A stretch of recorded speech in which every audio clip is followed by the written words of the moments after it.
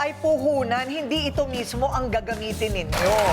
Makakasama natin sina Cheska at Wesley Chuati para ituro kung paano gumawa ng dishwashing liquid na pwedeng ibenta.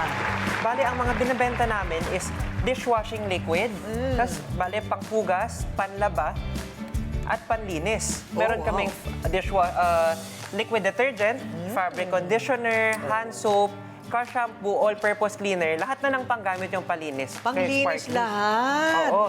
Okay. Bale, nasimulan namin yung Sparkly Instakit noong 2023. Naghahanap kami ng may high potential. Hindi lamang sa income, of course, ngunit yung may purpose din sa mundo. Siyempre. At makatulong sa mga mamshies makatipid tulad ni Cheska at ang ating mga audience, no? So, para i-introduce ko na yung mismong produkto namin, ito ang dishwashing liquid na ganito kaliit. Ang magagawa nyo is 6 liters ng dishwashing. So, maghahalo kayo ng 5 litrong tubig, tapos i-mix natin to, and then magkakaroon ka na ng finished goods na pwede nyong pangtinda. Extra income ba? Yes. Ito ay puhunan, hindi ito mismo ang gagamitin ninyo. Kumbaga, ano na siya, parang... Concentrate po. Concentrate. Tapos pwede nyong i-repack. Yes po. Yes po, ng parang mga ganito. Ayun, hindi ba? Tingnan mo yung mga mukha, magkano naman ang kitaan dyan? Sige nga, gawin mo ngayon. Paano ba yan? Sige. Bale, ma'am, she's actually lalabas isang ganito pagka naghalo kayo. Papatak 17 pesos per liter lang siya.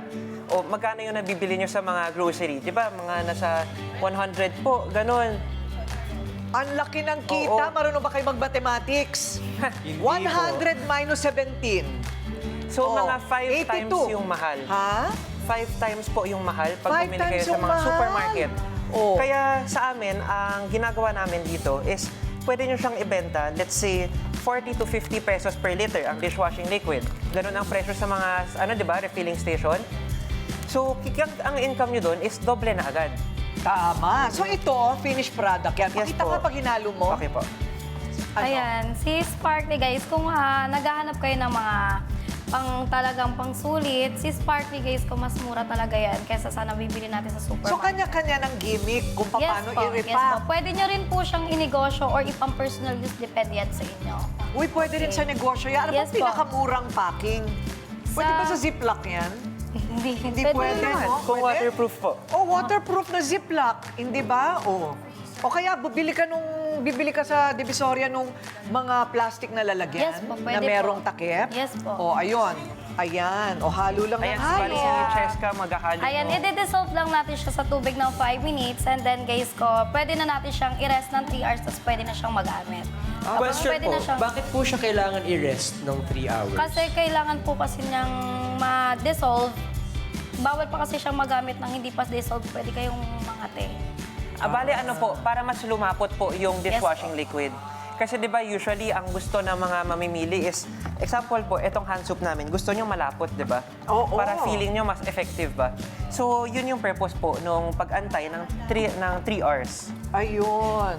So palagay ko iiwan mo na ito sa studio namin. Opo, Di para ba, na no? sa mga mamshies Oo. natin.